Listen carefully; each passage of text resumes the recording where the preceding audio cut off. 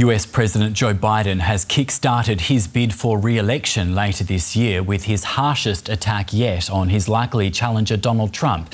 Biden warned that Trump poses a grave danger to American democracy, accusing him of echoing Nazi Germany and seeking revenge and retribution. Trump has hit back, accusing Biden of scaremongering. The election may still be 10 months away, but in the US, campaigning starts early. While it's not yet certain who the parties will field, a rematch of 2020's Biden versus Trump is widely expected. President Joe Biden began his campaign by laying a wreath at Valley Forge National Arch in Pennsylvania, chosen for its historical resonance. It was here that George Washington spent a winter, rousing his tired, hungry Continental Army to keep up the fight against the British nearly 250 years ago. Biden used that image of the first US president as a champion of democracy and had harsh words for Trump. He calls those who oppose him vermin. He talks about the blood of America as being poisoned, echoing the same exact language used in Nazi Germany. You can't be pro-insurrectionist and pro-American. And yet Trump and his MAGA supporters not only embrace political violence, but they laugh about it. The president framed the election as a fight for democracy. Whether democracy is still America's sacred cause is the most urgent question of our time. And it's what the 2024 election is all about. Meanwhile, over in Iowa, Donald Trump, also on the campaign trail, had some characteristically caustic words of his own.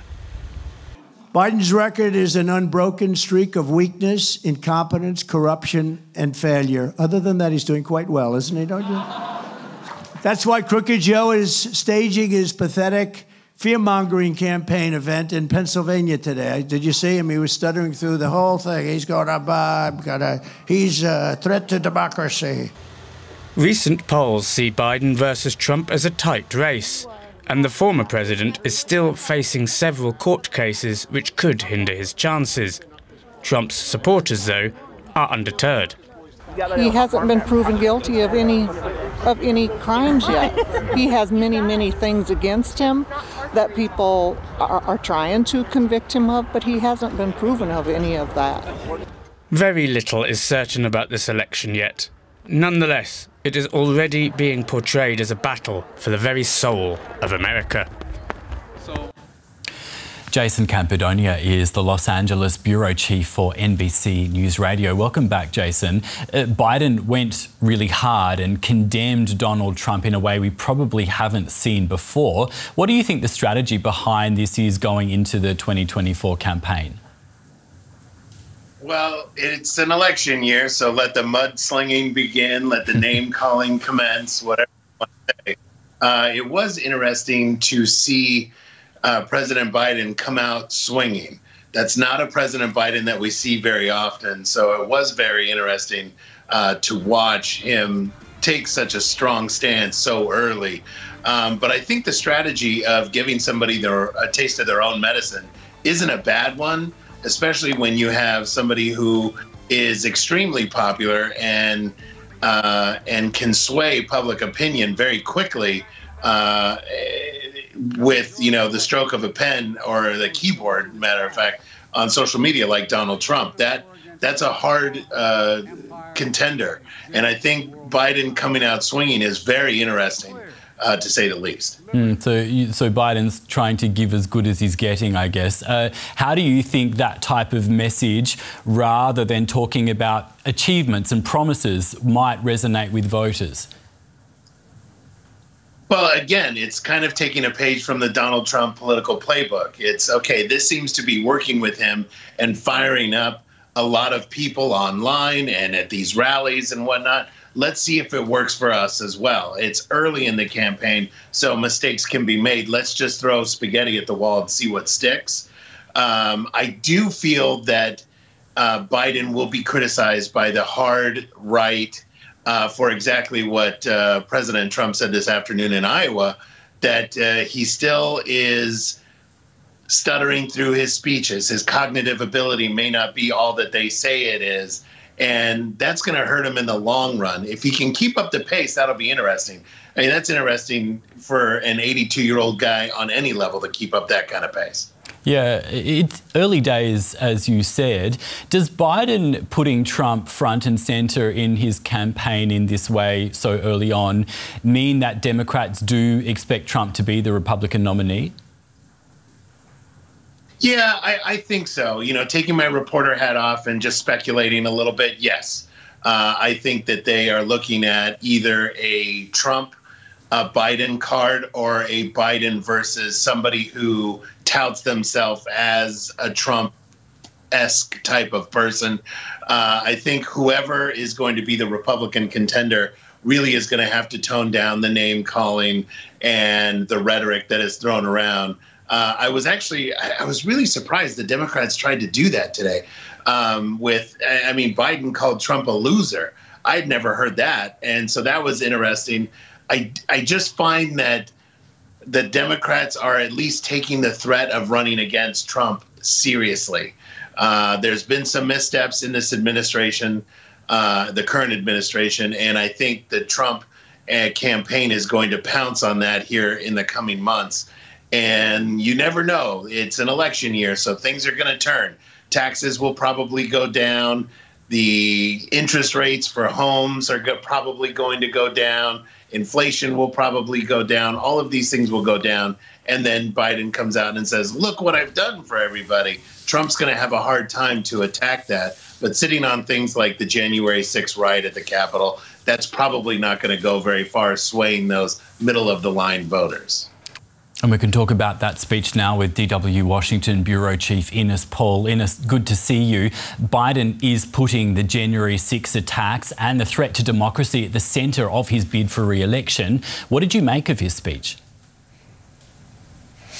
Yeah, Jared, that's really uncommon, or it used to be uncommon. I think we will get used to that over the next months for President Biden, who tried to avoid to even pronounce the name Donald Trump for many, many months in the past. But now he puts him in the center. He puts the January 6th attack, the storming of the Capitol in the center of this speech and this kickoff speech of his campaign, and saying kind of that nothing less but democracy is on the ballot in this upcoming election. It was a very powerful speech, a very presidential speech, and I have to say, me as I was 3 years ago tomorrow to the very day at the Capitol and saw the masses storming the heart of the American democracy, it really brought many memories back, and I think Joe Biden did a good job in that regard, that he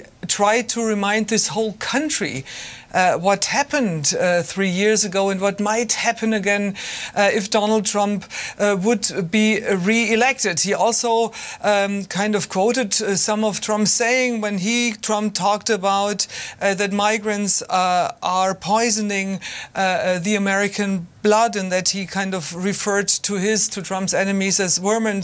Biden saying that he uses like the language from Nazi Germany. So that was a very powerful, a very energetic and a very aggressive speech of the sitting president. As you say, Ines, Biden really did use large parts of his speech to lash out at Trump. Stay with us. We're going to have a listen a little bit more to what Biden said. You know, Trump and his MAGA supporters not only embrace political violence, but they laugh about it. At his rally, he jokes about an intruder, whipped up by the big Trump lie, taking a hammer to Paul Pelosi's skull and echoing the very same words used on January 6th. Where's Nancy? And he thinks that's funny. He calls those who oppose him vermin. He talks about the blood of America as being poisoned, echoing the same exact language used in Nazi Germany. Back to Ines Paul in Washington. Ines, Biden, as you said, usually is always held back when it comes to, even mentioning Trump by name, also commenting on his legal troubles. So why do you think he's putting Trump front and centre now?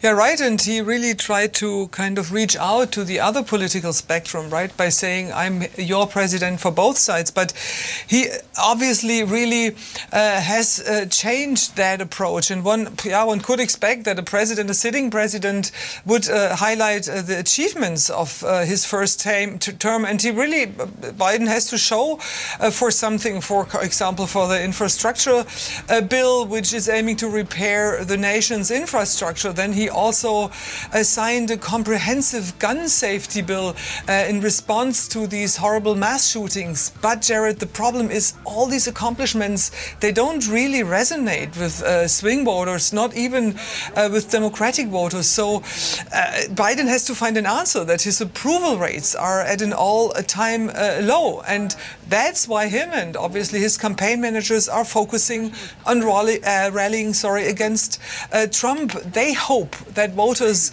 will see these elections as not just about political strategies, but about democracy itself being, as Biden put it, democracy being on the ballot. Let's dig into these swing voters, as you say. How do you think Biden's message is going to go over in terms of winning them over?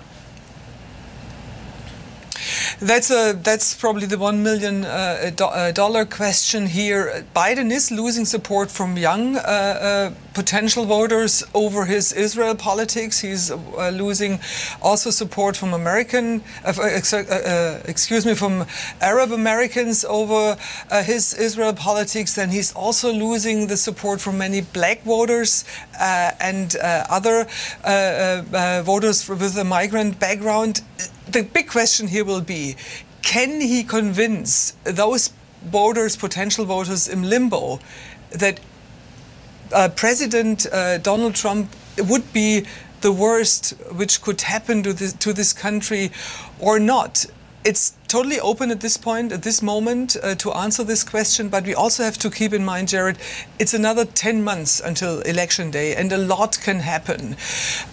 We have a couple of high court decisions waiting for Donald Trump. There, something might be happen, and then we also have some other Republican candidates which are doing not so well. So it's early. It's still early in the race, but indeed, it's kind of a risky strategy Joe Biden put out there today.